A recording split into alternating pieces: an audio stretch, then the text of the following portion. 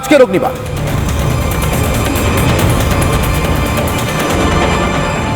মমতার প্রশ্রয়ে 30% কেটে ভাসিয়ে দেওয়া হুমায়ুন কবির আর কার্তিক মহারাজকে সন্ত্রাসবাদী বলা হুমায়ুন কবির একই দলে পাশাপাশি সুন্দর সহাবস্থানে টিকে যান। গায়ে একটা কেউ স্পর্শ পর্যন্ত করে না, টোকা দেয় না পুলিশ, কিন্তু কার্তিক মহারাজদের ঢুকিয়ে দেওয়ার হুমকি দেওয়া হয়। আমার প্রশ্ন, মমতার প্রশ্রয় কি এবার বৈধ হবে? জঙ্গি চাপাতির কোপ ঠিক বাংলাদেশের কায়দায় চিন্ময় কৃষ্ণ প্রভুর মতো হুমকি দেওয়া হচ্ছে কার্তিক মহারাজ, চাপাতির কোপটাও নেমে আসবে।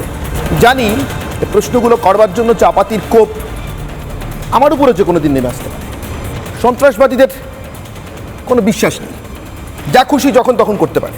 যার মগজ ধোলাই হয়ে গেছে তাকে যদি 72 হুড়ির স্বপ্ন দেখানো হয়, অনির্বাণকে খুন করলে অথবা কার্তিক মহারাজকে খুন করলে সে এগোতেই পারে।